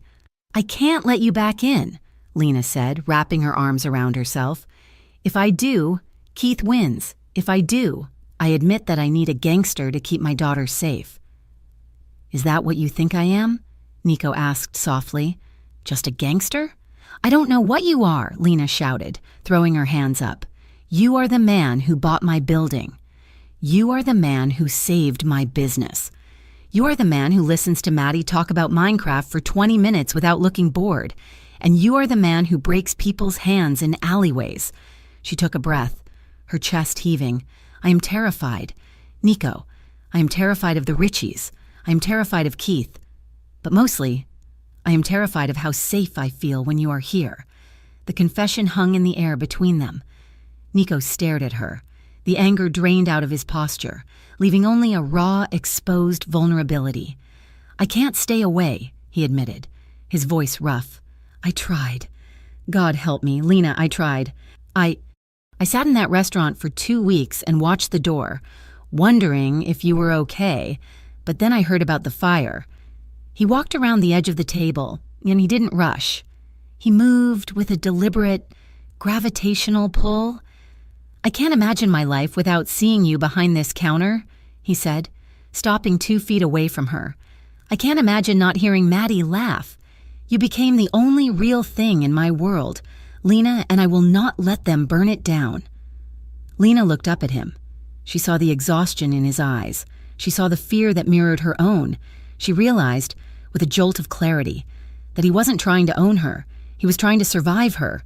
He was just as scared of losing this fragile connection as she was. She looked at the space between them, the line she had drawn. She stepped across it. She reached out and gripped the front of his shirt, her fingers twisting into the fabric. She pulled him toward her. "Nico," she breathed. She didn't wait for him to move. She stood on her tiptoes and pressed her mouth to his. It wasn't like the first kiss. That had been a reaction, a moment of shock. This was a choice. It was desperate, yes, but it was also deliberate. It was a claim. Nico made a sound low in his throat, a mixture of relief and hunger. His arms came around her instantly, strong and solid. He lifted her slightly, pulling her into the cradle of his hips, anchoring her against him. The kiss deepened. It became a conversation without words, a frantic exchange of fear and need. Lena's hands slid up his chest, feeling the rapid, hammering thud of his heart. She wrapped her arms around his neck, her fingers tangling in the hair at the nape of his neck, pulling him closer, deeper. Nico's hands roamed over her back, pressing her against him as if he could fuse them together. He tasted of mint and desperation. His stubble grazed her chin, a rough friction that sent shivers racing down her spine. They moved blindly, stumbling slightly until Lena's back hit the edge of the prep table. Nico pressed into her, shielding her with his body, surrounding her. His hands moved to her waist, his thumbs digging into the curve of her hips, holding her there as he kissed her jaw, her throat, the sensitive spot behind her ear. Lena gasped, her head falling back. I can't do this here," she whispered, breathless, "not in the kitchen." Nico pulled back, his eyes blown wide, dark and heavy with desire. He looked at her, a question in his gaze. "Upstairs," Lena said. Nico nodded. He didn't say a word. He took her hand, lacing his fingers through hers. They moved through the darkened bakery, past the silent ovens and the empty display case, to the narrow staircase that led to the apartment. They walked up the steps quietly, the only sound the creaking of the old wood and their synchronized breathing. Inside the apartment, it was quiet. The door to Maddie's room was shut. A sliver of light underneath showed she was still awake, safe in her own world. Lena led Nico to her bedroom at the end of the hall. She opened the door and pulled him inside, closing it softly behind them. The lock clicked, sealing out the Riches, Keith, the feds, and the bakery. In the sanctuary of the dim room, lit only by the street lamp outside, the frantic energy shifted into something slower, deeper. Nico reached out and cupped her face. He looked at her with a reverence that made her knees weak. "Are you sure?" he whispered. Lena covered his hands with hers. "I am sure." He kissed her again, slow and tender. His hands moved to the buttons of her blouse. She reached for his shirt. Clothing was shed with efficient, trembling hands. landing in a pile on the floor. They moved to the bed, the springs creaking softly as they lay down. Nico pulled the quilt up over them, creating a cocoon of warmth. Skin brushed against skin, hot and electrifying. There were no more words. There were only whispered names and soft sighs. Nico touched her as if she were made of glass, his hands mapping every curve, every scar, every inch of her. Lena held him with a fierce strength, anchoring him to her, showing him that he was not just a protector, but a man who was wanted. In the dark, with the world falling apart outside, they chose each other completely. The morning sun filtered through the cheap blinds, casting stripes of dusty light across the pillows. Lena woke slowly, the heavy dread of the previous days replaced by a strange, warm peace. She shifted, an arm tightened around her waist. Nico was asleep beside her, his face buried in the curve of her neck. In sleep, the hard lines of his face were smoothed out. He looked younger. He looked like the man who had eaten a biscotti and decided to save a stranger. Lena reached up and brushed a stray lock of dark hair from his forehead. Nico stirred. He opened his eyes, blinking against the light. For a second, he looked confused. Then, his gaze focused on her, and a slow, lazy smile spread across his face. "Morning," he rasped, his voice thick with sleep. "Morning," Lena whispered. He tightened his hold on her, pulling her flush against him. "I could get used to this." Lena rested her head on his chest. The reality of the day was already creeping in at the edges of the room. Keith, the Richies, the fire. "What do we do?" she asked quietly. Nico's chest rose and fell in a deep sigh. The playfulness vanished, replaced by the steel she knew so well. "I handle it," he said. "Nico." "No," he interrupted gently. "I handle it." The Richies crossed a line. "They touched the building. They threatened you. That ends today." "I don't want a war," Lena said, tracing the line of a scar on his shoulder. "I don't want you to get hurt." "I won't get hurt," Nico promised, though they both knew it was a lie he had to tell. "I am going to meet with Marco Ricci. I am going to make it clear that you are off limits. And Keith," Nico kissed the top of her head, "my lawyer is already drafting the response. We will prove that the bakery is a legitimate asset, owned by you. We will prove that I am just a silent investor. We will destroy his argument." Lena closed her eyes. She was afraid. She was terrified of what handling the Richies meant. But as she lay there, wrapped in his arms, she realized she wasn't afraid of him anymore. She trusted his heart. "Just come back," she whispered. "Always." Across town, in the back room of a dive bar that smelled of stale beer and bad decisions, Keith Drummond was nursing a whiskey and complaining to anyone who would listen. "She thinks she is better than me," he slurred, gesturing with his glass. "Just because she got that guy to pay her bills. Valenti thinks he is the king of Harborview." The bartender ignored him, but a man sitting 2 stools down didn't. He was a thin man with a sharp face and eyes that looked like they had seen too much. He slid off his stool and moved next to Keith. "You talking about Nico Valenti?" the man asked. "Yeah," Keith grunted. "My ex-wife. She's shacking up with him. He bought her the whole damn building. Can you believe that?" The man signaled the bartender to buy Keith another round. He smiled, a sharp, predatory expression. "Buying buildings is expensive," the man said smoothly. "Sounds like this Valenti guy really cares about your ex." "Cares?" Keith laughed bitterly. "He's obsessed. He's over there every day, playing daddy to my kid, acting like they are a little family. It makes me sick." The man nodded slowly, absorbing the information. "So, the girl, the kid, she is there too?" "Always," Keith said, downing the shot. The man patted Keith on the shoulder. "Tough break, pal. Thanks for the drink." The man walked out of the bar and into the bright sunlight. He pulled a burner phone from his pocket and dialed a number. "Boss," he said when the line connected. "Speak," Marco Ricci's voice answered.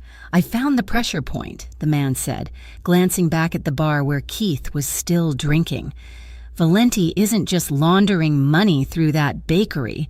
He's playing house. The woman and the kid, they are his weak spot. He is in love. Boss?" Marco Ricci laughed. It was a dry, rattling sound. In love, Marco repeated. Good. Love makes men stupid. Love makes them careless. What do you want to do? Get the crew ready, Marco said. We are not going to burn the building this time. We are going to take what is inside. If Valenti wants a family, let's see what he is willing to pay to keep them. The line went dead. The man smiled, closed the phone, and walked away, leaving Keith Drummond alone at the bar, unaware that his jealousy had just signed a warrant for a violence he couldn't begin to comprehend. The air inside Sweet Harbor Bakery smelled of melted chocolate and sweet victory. It was 8 o'clock on a Friday night, and the front door was locked, the shades drawn against the chill of the harbor wind. Inside, the golden light of the kitchen cast long, warm shadows against the tiled walls.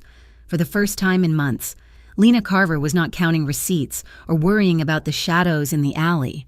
She was holding a piping bag filled with buttercream frosting, aiming it with intense concentration at a cupcake held by her daughter. "Steady," Maddie whispered, giggling. "Don't mess up the swirl." "I never mess up the swirl," Lena retorted, smiling as she completed a perfect rosette. "There, professional grade." Maddie grabbed the cupcake and immediately dunked it into a bowl of rainbow sprinkles, obliterating Lena's artistry in a chaotic explosion of sugar. "Perfect," Maddie declared, her mouth already stained with chocolate. They stood side by side at the stainless steel prep table, surrounded by trays of cupcakes and a single, magnificent 2-tier chocolate cake. It was the birthday cake that had been delayed, rescheduled, and fought for. It sat on the counter like a trophy, dark and rich and covered in ganache. Lena wiped her hands on her apron, looking at her daughter. Maddie looked happy. The circles under her eyes were gone. The fear that had haunted them for weeks seemed to have receded, pushed back by the warmth of the ovens and the stability of the walls Nico had secured for them. This year, "No one cancels my cake," Maddie said, grinning as she licked frosting off her thumb. "No," Lena said fiercely, leaning over to kiss the top of her daughter's head. "We are never canceling anything again." Outside, half a block down, Nico Valenti sat in the driver's seat of a nondescript sedan. He watched the warm glow of the bakery windows with a mixture of longing and tension. He wanted to be inside. He wanted to be the one handing Maddie the sprinkles, but the intel he had received that morning from a contact on the docks sat heavy in his gut. Marco Ricci was moving. The rival boss had been humiliated by the loss of territory and the public embarrassment of the alley confrontation. Ricci wasn't looking for profit anymore. He was looking for revenge. Nico picked up his radio. "Status? All clear on the north side. Boss." A voice crackled back. "West side clear," another voice confirmed. Nico tapped the steering wheel. He had 4 men positioned around the block. He had Agent Morales' direct line on speed dial, a concession he had made earlier that day. Swallowing his pride to ensure there was a legal safety net if things went south, he wanted tonight to be normal for Maddie. He wanted them to bake their cake in peace. "Keep your eyes open," Nico commanded. "If you see so much as a stray cat, I want to know." Inside the bakery, the mood was light. Lena began to pack up the decorating supplies. "All right, sugar fiend," she said. "Grab your backpack from the office. We need to get this cake upstairs before you eat the whole thing." Maddie saluted and skipped toward the back office.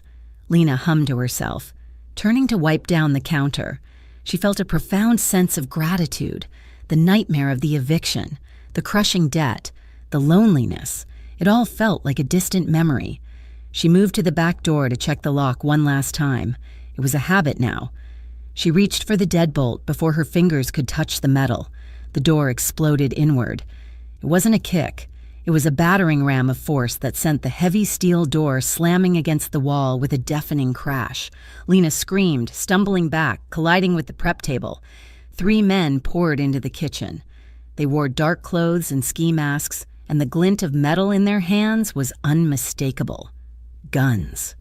Lena's mind went blank with terror, then snapped into a singular, crystalline focus. Maddie. The office door was 10 feet away. Maddie was just emerging, her backpack slung over one shoulder, her eyes wide with confusion. "Mom!" Maddie squeaked. "Run!" Lena screamed. She didn't wait. She lunged across the gap, grabbing Maddie by the straps of her backpack and shoving her violently toward the large silver door of the walk-in cooler. "Get in!" Lena shouted, pushing her daughter. "Get in and don't make a sound!" Maddie stumbled, paralyzed by the sight of the men raising their weapons. "Move!" Lena roared, slamming her hand against the cooler door to open it.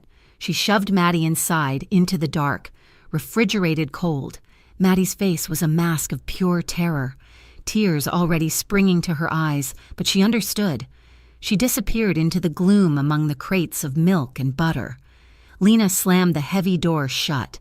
The latch clicked. It was soundproof. It was bulletproof.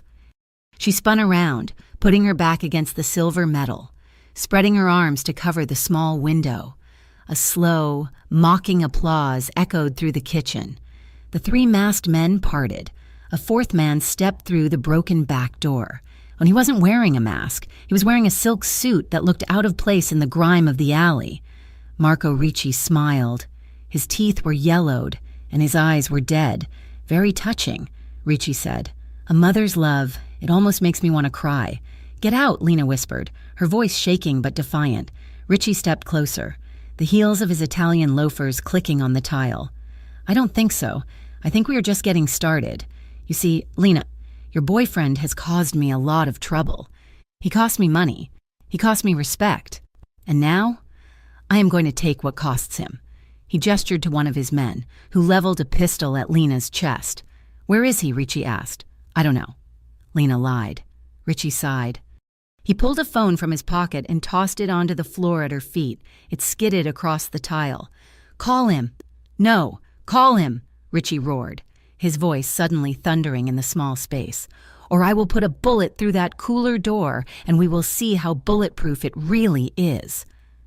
Lena felt the blood drain from her face. She looked at the phone.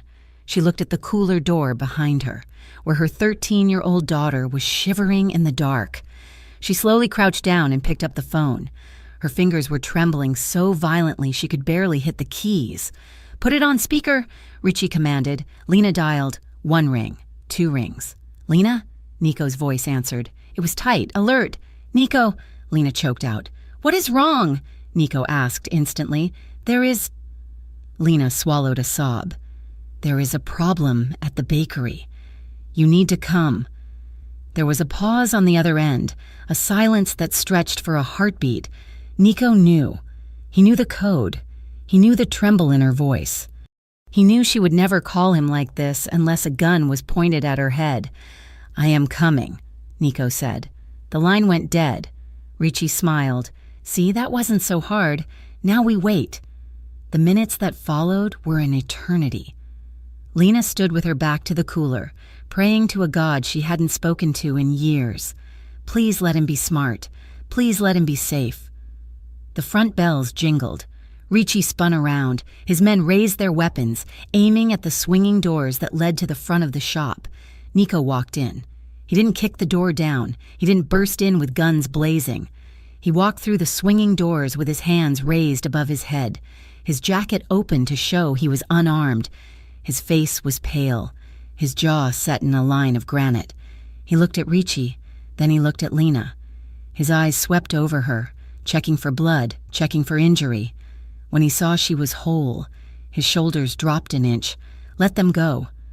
"Marco," Nico said. His voice was calm, deadly quiet. Ricci laughed. He looked delighted. The great Nico Valenti, surrendering without a shot fired. "You really have gone soft." "I am here," Nico said, taking a slow step forward. "You want me? You have got me.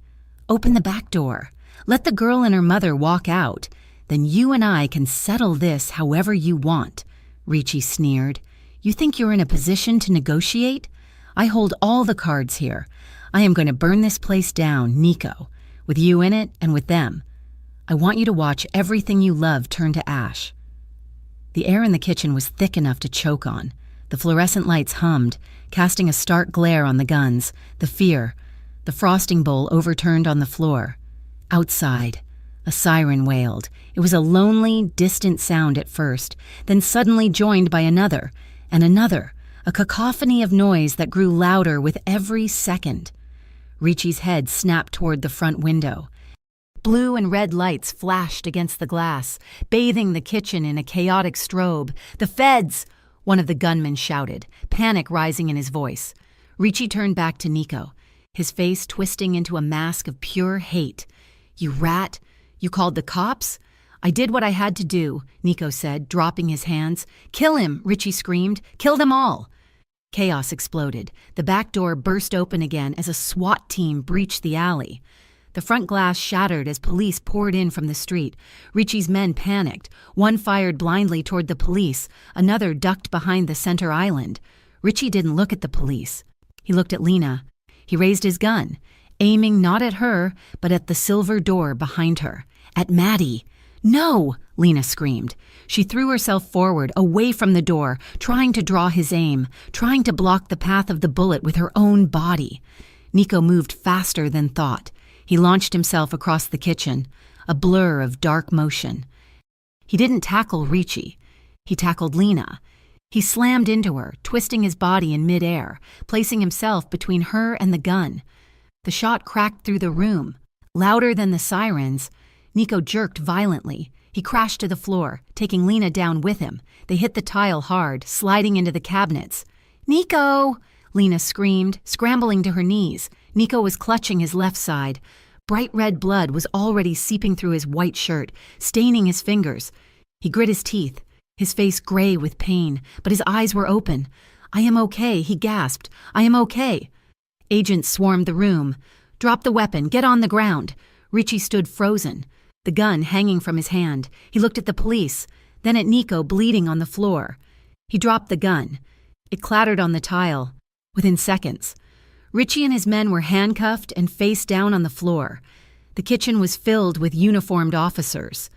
Agent Morales walked in through the back door, stepping over the broken wood. He holstered his weapon and looked down at Nico. "Paramedics are on the way," Morales said. Lena was pressing her apron against Nico's side, tears streaming down her face. "You idiot," she sobbed. "You idiot. You jumped in front of a gun." Nico reached up with a bloody hand and touched her cheek. "I told you," he whispered. "I handle it." Morales crouched down. "That is a nasty graze. Valenti, but you will live." He looked at Ricci, who was being dragged out by two officers, spitting curses. "You walked into a trap unarmed," Morales said, looking at Nico with a grudging respect. "You knew he was here."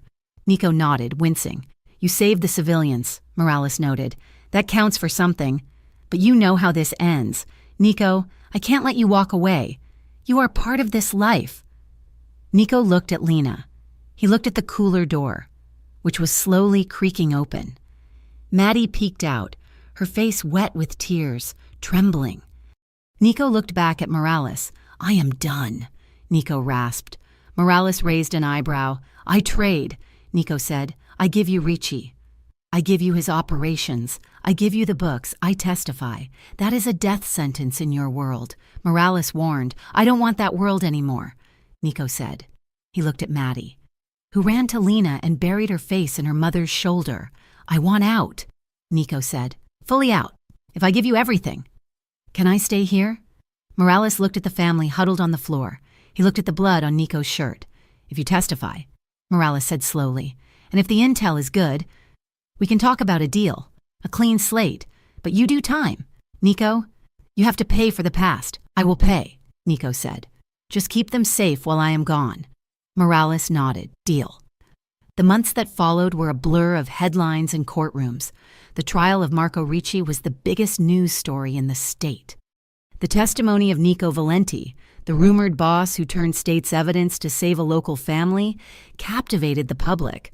Ricci's empire crumbled, dismantling the syndicate that had strangled the city for decades. Nico went to prison. Wasn't a life sentence, thanks to his cooperation, but it was 18 months in a minimum security facility upstate. Lena wrote to him every day. She sent him photos of the bakery, which was booming. The story of the mob boss who bought the bakery for love had turned Sweet Harbor into a local landmark. People came for the cannoli, but they stayed for the romance. Lena used the profits to renovate. She put in new floors. She bought the best ovens money could buy. She hired staff, and she waited. 18 months later, on a crisp spring evening, the bell above the door jingled. The bakery was closed, the sign was flipped, but the lock had been left undone. Lena was behind the counter, frosting a cake. Maddie, now 15 and taller, was arranging napkins. They both looked up. Nico stood in the doorway. He looked different. He was thinner. He wasn't wearing a $1,000 suit. He was wearing jeans and a simple button-down shirt. He looked like a man who had shed a heavy skin. He stood there, unsure, his hands in his pockets. "Hi," he said. Lena put down the spatula. She walked around the counter. She didn't run. She walked with the steady confidence of a woman who knew exactly what she belonged to. She stopped in front of him. She reached out and touched the scar on his cheek, then the place on his side where the bullet had grazed him. "You are late," she said softly. "Traffic was murder." Nico smiled, his eyes crinkling at the corners. Maddie ran from behind the counter and slammed into him, wrapping her arms around his ribs. "Happy birthday, Nico." Nico hugged her back, closing his eyes as he breathed in the scent of vanilla and home. "Thanks, kid." Lena stepped back. "Bring the cake. Maddie." Maddie rushed to grab the masterpiece they had spent the afternoon creating. It was a chocolate cake, 3 tiers high, covered in enough sprinkles to choke a horse. They set it on the small corner table, Nico's table. Nico looked at it. He looked at the single candle burning on top. "I missed a few of these," he said quietly. Lena took his hand. "We saved them up." She cut a slice and placed it on a plate. She handed him a fork. "We are ordering extra this time," Lena said, her voice thick with emotion. "And we are never canceling anything again." Nico took the plate. He set it down on the table without taking a bite. He reached into his pocket and pulled out a small, velvet box. His hands were shaking. The man who had faced down gunmen without flinching was trembling in the middle of a bakery. "Lena," he said. He got down on one knee. The floor was hard, scuffed by the boots of 1,000 customers. But to him, it was holy ground. "I don't have an empire anymore," Nico said, looking up at her. "I don't have the suits or the cars or the power. I am just a guy with a record and a job starting Monday at a construction site." He opened the box. A simple diamond ring, elegant and clean, sat inside. "But I have this place," he said. "I have the memory of your voice saving me. I don't want to own you. Lena, I never did. I just want to stand next to you. I want to be the partner who helps you carry the flour." He took a deep breath. "Will you marry me? For real this time? No deals, no protection money, just us." Lena looked down at him. Tears slipped down her cheeks, hot and fast. She looked at Maddie, who was bouncing on her heels, giving 2 frantic thumbs up. She looked back at Nico, the man who had walked into fire for her, the man who had sat in a cell for her, the man who had learned that love wasn't about control, but about sacrifice. "Yes," she whispered. "Yes," she yelled, pulling him up. Nico slid the ring onto her finger. It fit perfectly. He kissed her, and this time, there was no fear in it. There was no desperation. There was only the solid, unshakable promise of a future they had built with their own hands. Maddie cheered, throwing her arms around both of them, sandwiching them in a group hug that smelled of sugar and laundry detergent. The camera pulls back, framing the 3 of them in the warm, golden window of Sweet Harbor Bakery, outside. The neon signs of Harborview flicker in the twilight, the city moving on, noisy and chaotic. But inside the glass, the world is quiet. The register is closed. The ovens are cooling. And around a small table, a family is sharing a slice of chocolate cake, celebrating the sweetness of a life that no one can ever cancel again. Thank you so much for listening to Cancel the Cake. This story of Lena, Nico, and Maddie has been a journey from heartbreak to healing, and I hope you enjoyed every moment of their fight for a happy ending. I would love to know where you are listening from today. Are you tuning in from a bustling city like Harborview, or somewhere quiet and peaceful? Let me know in the comments below. If you enjoyed this story, please consider subscribing to Mafia romance stories for more tales of passion, danger, and redemption. Don't forget to like the video and share your thoughts in English. I read every single comment. Until next time.